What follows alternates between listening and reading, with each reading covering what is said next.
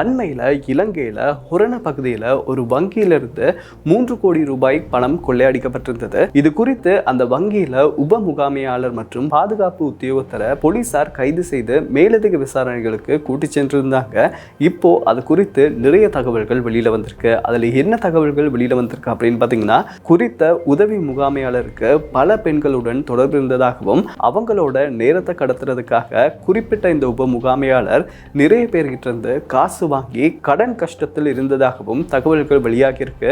So இந்த கஷ்டத்திலிருந்து மீள்றதுக்காக தான் அவர் இந்த மாதிரியான ஒரு செயலில் இறங்கியதாகவும் தகவல்கள் வெளியாகியிருக்கு. இதே நேரத்தை பார்த்தீங்கன்னா, கொள்ளையடிக்கப்பட்ட பணத்திலிருந்து 14 லட்சம் ரூபாய் குறித்த அந்த வங்கியில் மறைத்து வைக்கப்பட்டிருந்ததாகவும் அதை போலீசார் கையகப்படுத்தியிருக்கிறதாகவும் தகவல்கள் வெளியாகியிருக்கு.